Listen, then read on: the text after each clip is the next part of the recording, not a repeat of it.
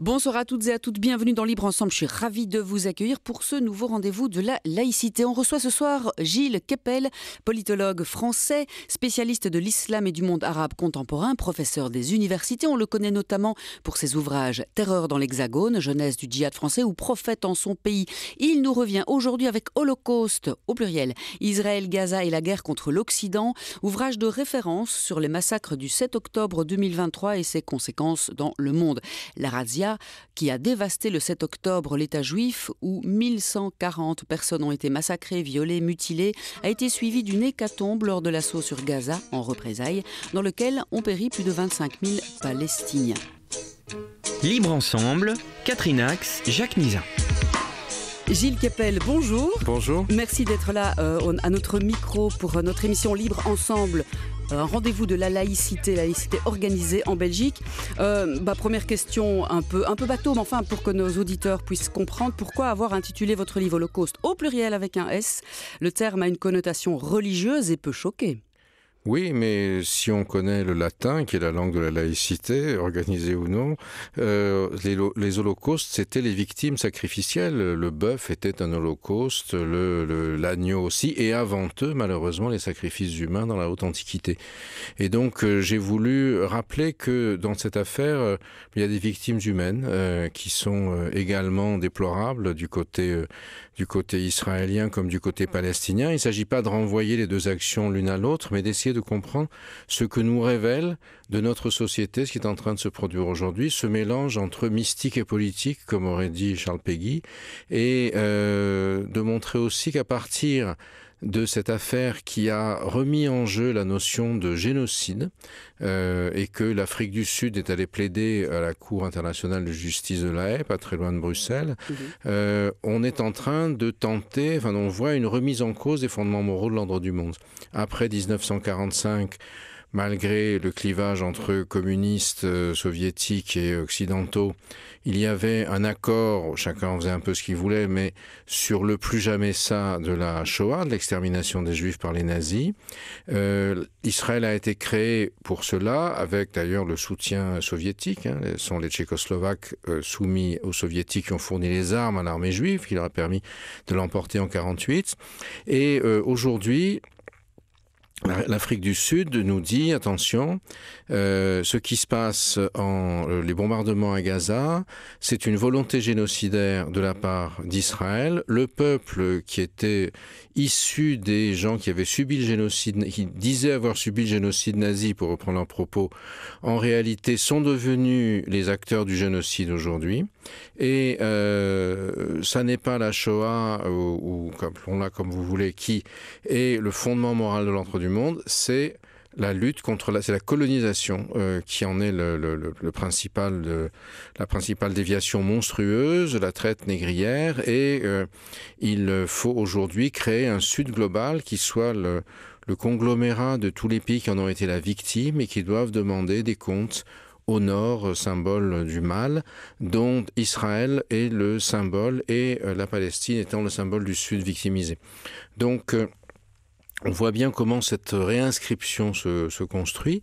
Bien sûr, on en voit la signification internationale. C'est ce fameux Sud global qui est un peu le mariage de la carpe et du lapin, les 10 pays du BRICS, qui ont quand même pas mal de différences entre eux. La Chine et l'Inde, on ne peut pas dire que ce soit l'amour fou.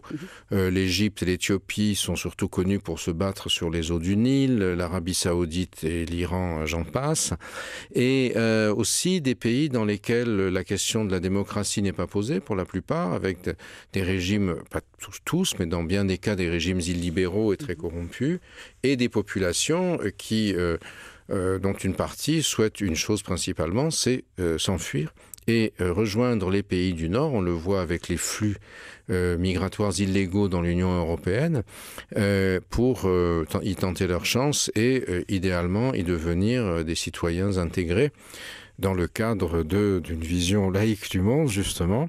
Malheureusement, aujourd'hui, les acteurs du Sud global s'efforcent d'accroître, d'approfondir les clivages dans les sociétés du Nord, qui sont des sociétés mondes d'ailleurs. Les seules sociétés globales sont les sociétés du Nord, et de créer des clivages essentiels et existentiels à partir d'une définition de couleur de peau, de religion ou autre, pour créer ce que le président Macron aurait appelé des séparatismes, qui est l'un des défis principaux que nous nous posions. La France et la Belgique ont connu l'une et l'autre les attaques de 2015 autour du 13 novembre et nous avons été particulièrement effrayés par ce qui se passait à Molenbeek, où je suis d'ailleurs allé faire un certain nombre d'enquêtes à ce moment-là. Vous pourrez dire qu'il se passe aussi la même chose en France, mais vous voyez, c'est un peu là, si j'ose dire, ce genre d'enjeu aujourd'hui que, paradoxalement, la revendication du Sud global repose en changeant les critères moraux. Par exemple, vous avez la papesse du woke, Judith Butler, qui est venue à Paris et qui, bien qu'elle-même soit juive et LGBT, a expliqué, telle la Pythie de Delphes aux indigènes de la République, avec une voix tremblante, October 7th was an act of resistance. Le 7 octobre, c'est un acte de résistance. Ce qu'on est en train de trouver actuellement sur la façon dont les massacres ont eu lieu indique que c'est une drôle de résistance. Une date d'ailleurs, vous dites, qui a été choisie par le Hamas et non par l'Iran, comme certains pouvaient le penser. Donc, vous faites un parallèle, une revanche sémantique de l'effondrement des murs de Jéricho pour le Hamas. Oui, c'est ça, parce que, en fait, moi, au début, je croyais que je n'avais pas suivi la question du Hamas de très près ces derniers mois, et je n'imaginais pas que le mandataire de l'axe de la résistance dirigé par Téhéran, le Hamas, puisse voler l'agenda à son propre profit. C'est ce qui s'est passé en réalité parce que Sinwar, le patron du Hamas de Gaza, Yahya Sinwar, patron militaire et politique, qui a mis sur la touche les dirigeants en exil au Qatar, qui ne comptent plus vraiment. Sinwar a vu une opportunité extraordinaire dans le fait que Netanyahou avait retiré les chars de la frontière parce qu'il pensait que jamais le Hamas n'attaquerait, et aussi pour faire plaisir à ses alliés suprémacistes religieux Ben Gvir et Smotrich, pour pouvoir envoyer l'armée faire la répression, la répression en Cisjordanie occupée, où les colons extrémistes, justement, ont mené l'année précédente, je crois, 1223 actions armées pour chasser les Palestiniens de leurs villes et leurs villages. Et pourquoi Netanyahou croyait-il ça ? Parce qu'il pensait que comme le Qatar finançait le Hamas, chaque mois, 30 à 40 millions de dollars apportés en cash à l'aéroport de Tel Aviv, convoyés par les services secrets israéliens jusqu'à la barrière d'Erez que Hamas franchirait avec ses cisailles, et redistribués théoriquement pour soulager les souffrances des Palestiniens, payer les salaires des infirmiers et autres, mais sur lesquels évidemment le Hamas prenait des frais de dossier très importants, sans compter les tunnels de contrebande où Netanyahou disait ça crée du business et ça va faire tranquillité pour lui. Voilà, et de cela dedans passaient tous les armements apportés depuis l'Iran et passant par les contrebandiers du Sinaï possible, et donc tout ça a créé une situation qui a fait que Sinwar a cru que c'était le moment. En plus, il faut bien voir que le 7 octobre, ça fait penser, c'est 50 ans plus un jour après le 6 octobre 73, qui est la guerre du Ramadan ou du Kippour, avec un même effet de surprise. C'était la revanche arabe, après la guerre des 6 jours de 67. Et même si la plupart des Palestiniens ont une moyenne d'âge très, très faible et donc n'ont pas le souvenir de la guerre de 73, Sinwar, qui a passé 22 ans en détention en Israël, a ruminé sa vengeance contre l'État d'Israël et la volonté de destruction de celui-ci. Bien sûr, lui savait ce qu'il faisait. Et il a pris cette initiative. Alors ça a effectivement été ce qui a donné l'impact le plus violent à Israël depuis sa création en 1948. Ça, c'était vraiment, il a trouvé la brèche, le défaut de la cuirasse, indéniablement, mais près de 200 jours et quelques après, on est fondé à se demander, et beaucoup de Palestiniens se le demandent, notamment les rivaux de Sinoir à l'OLP, si cette initiative finalement a servi les Palestiniens ou non, puisque il y a eu, effectivement, ce sont les Israéliens qui ont fait les bombardements, mais il y a eu plus de 30 000 victimes, pas uniquement des civils, bien sûr une grande majorité, mais aussi probablement une grande partie des soldats, même s'ils n'avaient pas l'uniforme, des brigades Azedin al-Qassam du Hamas.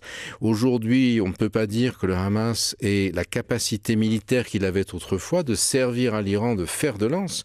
Il n'a plus beaucoup de capacité militaire.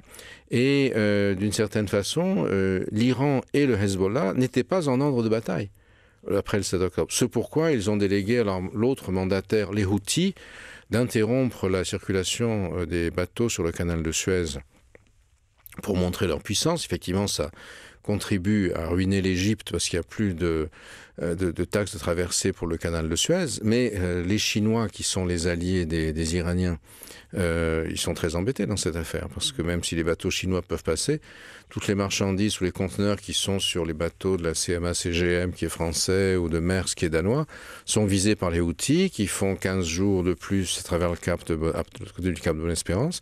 Le résultat, c'est que les conteneurs s'empilent sur les docks de Nankin ou de Shanghai, dans un pays où la crise immobilière est gigantesque, où le Parti communiste a repris la main. Et pour la Chine, c'est pas un cadeau, cette affaire. Vous parliez donc de l'attaque de 73, comme on dit en Belgique. Voilà. Mais contrairement à la contre-offensive israélienne à l'époque, la réponse actuelle sur Gaza est un échec pour Israël. Son image est tout à fait ternie. Pour son image, c'est catastrophique, effectivement, puisque même les soutiens, disons, structurels d'Israël comme État légitime dont l'existence est validée par l'ONU, c'est-à-dire les États-Unis et les États européens en grande partie, ne parlons pas des pays arabes qui ont signé les pactes avec lui.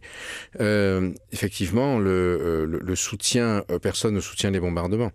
Et il en va des enjeux d'opinion publique, même aux États-Unis, où, paradoxalement, Israël a perdu une bataille politique considérable, puisque on considérait qu'aussi bien démocrates que républicains, sur le Moyen-Orient, c'était à celui qui courtiserait de plus près le lobby pro-israélien, le lobby juif américain.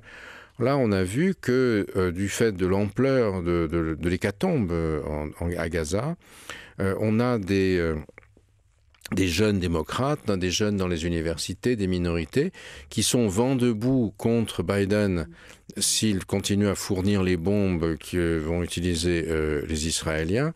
Et vous avez vu qu'ils ont mis le souk dans les universités. La présidente de Harvard a démissionné. Là, ces jours-ci, on a eu des incidents très graves à Columbia, où la présidente n'a pas voulu suivre l'exemple de ses prédécessrices. Du coup, le campus est en un tumulte incroyable. On a vu aussi ce qui s'est passé à Sciences Po, où l'ancienne amphi Boutmi, où j'avais enseigné pendant 15 ans les enjeux du Moyen-Orient à des centaines d'élèves sans que ça fasse le moindre problème. Je n'étais pas là pour les endoctriner, mais pour essayer de poser un certain nombre d'éléments cognitifs pour après ils se fassent leur opinion. Très compliqué. Voilà, c'est le moins qu'on puisse dire. Mais bon, j'avais quand même presque 40 ans d'expérience. Pour aujourd'hui, construire des récits analytiques comme ça, c'est interdit par le woke parce que c'est quelque chose qui conforte la suprématie des hommes blancs, chauvinistes de plus de je ne sais quel âge, etc. Et straight, bien sûr. Et donc, les étudiants n'ont plus que des machins parcellaires et dans la perte de tous les repères, effectivement, le pauvre amphi Boutmi est devenu l'amphi Gaza avant de devenir ensuite peut-être l'amphi Jean-Luc Mélenchon, puisque c'est lui désormais qui est venu prêcher la bonne parole dans ce lieu qui était autrefois dédié à la connaissance. Répercussions mondiales, on l'a vu, vous l'avez dit, répercussions dans les universités, donc sur l'étude de toutes ces questions du monde. C'est un réel danger pour vous ? C'est un peu comme un obscurantisme intellectuel aussi.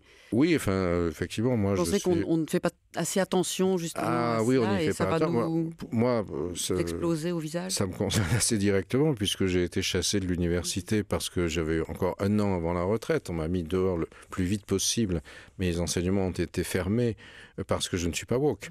Et donc, alors je veux bien que le Moyen-Orient n'ait plus aucune importance. Ça sert à rien d'apprendre l'arabe, comme disait Olivier Roy en son temps.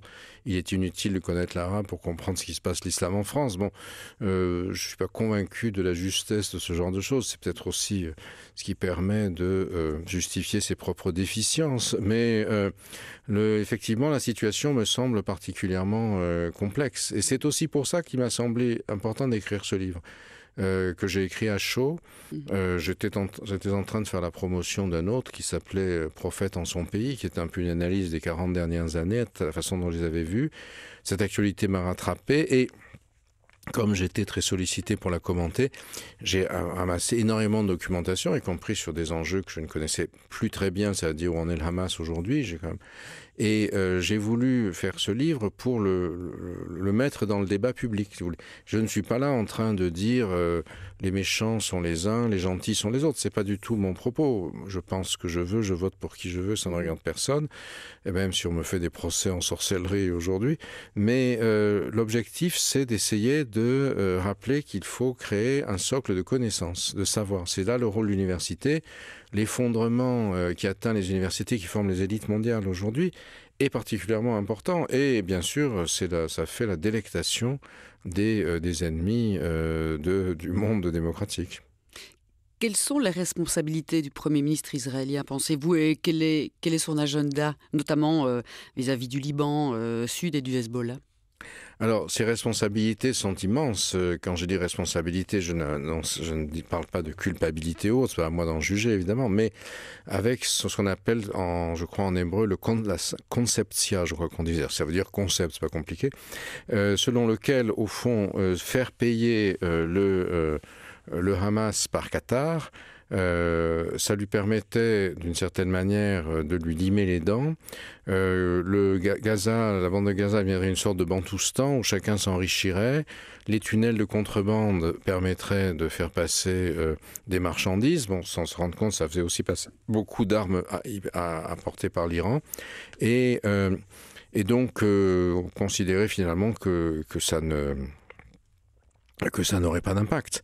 Et malheureusement, c'est le contraire qui s'est passé. Et Netanyahou a été complètement surpris, on l'a dit tout à l'heure, et les dirigeants travaillistes qui avaient fondé Israël, les premiers dirigeants d'Israël, n'ont pas résisté à la non-vigilance d'octobre 73. Il n'en est pas resté grand-chose, Parti socialiste. Netanyahou est probablement condamné par l'histoire, et aussi probablement se pose des problèmes sur la justice. Et d'une certaine manière, c'est un peu un personnage shakespearien qui fait cette guerre également pour sa propre survie politique et qui ainsi prend en otage sa population. Mais les Israéliens, dans leur majorité, même ceux qui détestent Netanyahou, considèrent que pour trouver une sorte d'exutoire, de cautérisation à la blessure terrible qu'ils ont reçue le 7 octobre, il est nécessaire de faire la guerre. La doctrine israélienne de Tsahal, je l'ai précisé dans le livre, est basée sur la riposte disproportionnée. Mais là, ça n'est pas seulement disproportionné, c'est une riposte qui est quasiment existentielle et qui obère l'avenir. Alors, pour le Liban, à mon sens, les mandataires de l'Iran, qui étaient Hezbollah et le Hamas, avaient pour but essentiellement une pression militaire sur Israël pour empêcher qu'Israël n'attaque les centrales militaires iraniennes. Or, on a vu que l'accélération de ces derniers jours a changé la donne. L'Iran a lancé une offensive de missiles et de drones sur Israël qui s'est transformée en feu d'artifice dans les cieux jordaniens et autres. Quelques missiles sont quand même arrivés. Donc c'était aussi, d'une certaine manière, la prolongation céleste de ce qui avait été passé le 7 octobre sur le sol. Un avertissement. Les Iraniens ont répliqué de manière mesurée mais très ciblée, en détruisant un radar qui est à côté des laboratoires de recherche nucléaire iraniens à Natanz, près de d'Ispahan. Et donc il y a ce nucléaire qui est derrière. Et il y a aussi quelque chose qui est que le Hezbollah, qui n'a pas plus que l'Iran, qui s'était mis en ordre de bataille pour faire la guerre, puisque Sinwar leur a pris leur a tiré le tapis sous les pieds. Le Hezbollah aujourd'hui est dans une situation d'assez grande faiblesse et il me semble que si l'on lit ce que veut dire le Premier ministre, si on voit que les Israéliens qui habitaient la frontière du Liban ont été évacués et pas autorisés à rentrer chez eux, cela me semble indiquer que le Hezbollah va être une cible de l'armée israélienne dans un temps relativement bref. Gilles Kepel, vous parlez en début de cette émission de mysticisme et politique, la grande question pour nous aussi. Vous montrez comment les protagonistes de ce drame entremêlent religion et discours politique. Pour autant, Israël a été créé par des laïcs. Comment peut-on analyser ce revirement du monde, nous les laïcs qui portons à bras-le-corps ce besoin justement de séparation d'Église et État? C'est une nécessité pour sauver nos démocraties et le monde en général. Vous voyez, en Israël, effectivement, qui était fondé par des laïcs, même les kibboutz qui ont été touchés, ou les kibbutzim qui ont été touchés à la frontière, avaient été créés par des laïcs. Beaucoup n'avaient pas de synagogue au départ. Il y en avait même dans lequel on élevait des porcs hors sol. Et on voit bien qu'il y a eu un changement très important. Quand on raconte ces histoires sur vous savez, le journaliste qui avait écrit J'ai rencontré le juif errant et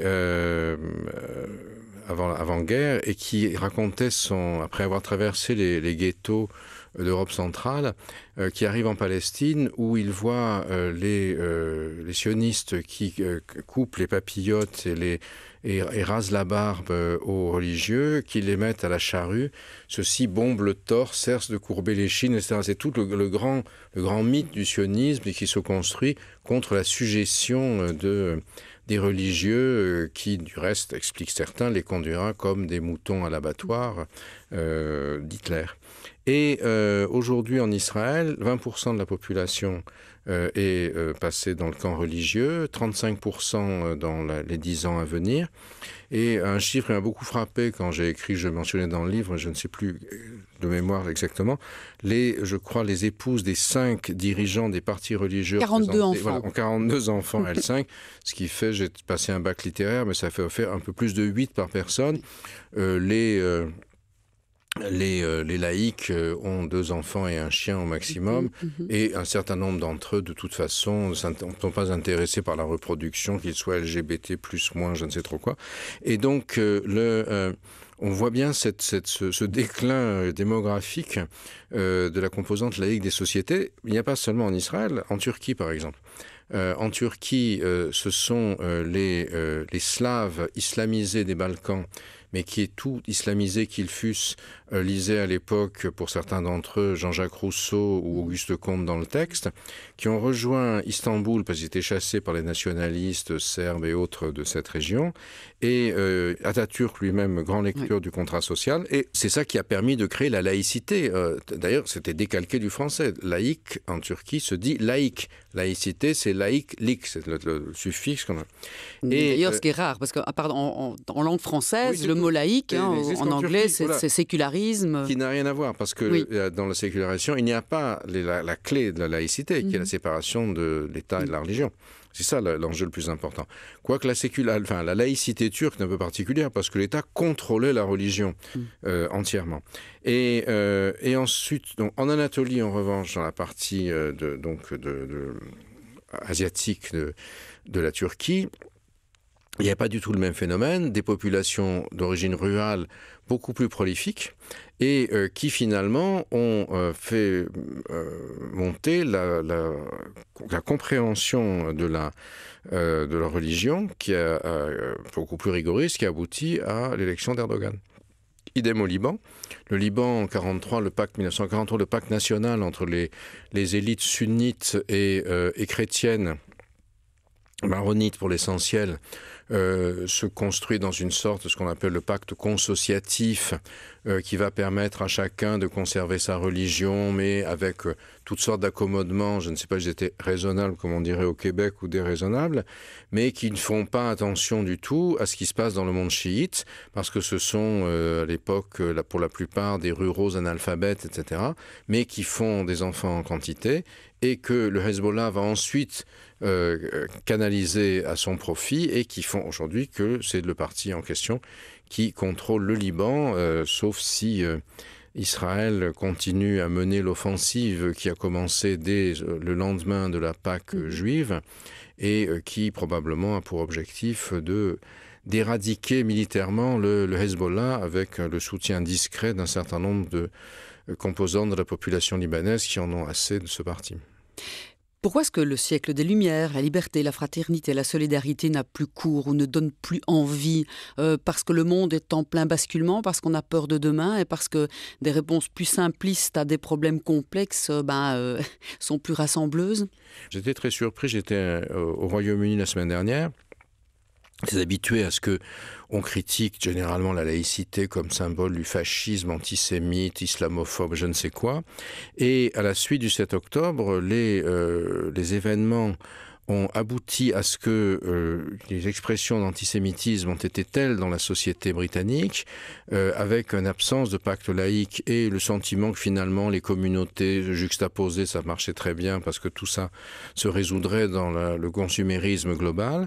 Et là, pour la première fois de ma carrière, on m'a demandé d'expliquer ce qu'était la laïcité française, etc., avec le sentiment que l'État avait des moyens pour réagir à ce type de phénomène beaucoup plus significatifs que l'Angleterre où tout allait à volo. Et ça m'a beaucoup surpris. Je pense que justement, ça serait intéressant contrairement à la commission Stasi qui était franco-française, nous sommes en Europe et de réfléchir aussi dans une problématique européenne à ce type de questions. La Belgique a également sa conception de la laïcité, qui est tout à fait la même que la France. D'autres pays aussi.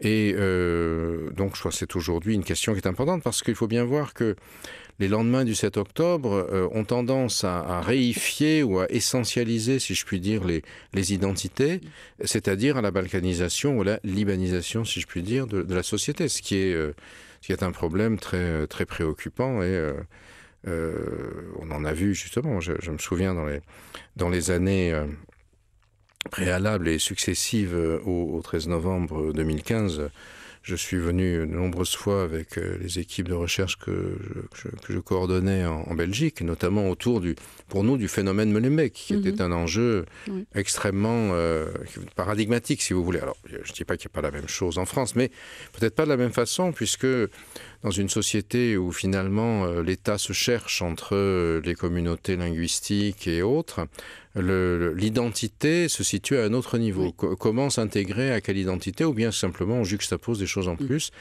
Et je crois que le problème a été posé en des termes assez vigoureux par les Belges eux-mêmes. Ils n'ont pas besoin des Français pour venir leur parler de ça. Mais la mise en commun de ces réflexions, je crois que c'est un enjeu qui est existentiel pour l'avenir de l'Europe. Dernière question, Gilles Kepel. Est-ce que vous avez confiance en l'avenir ? Toujours.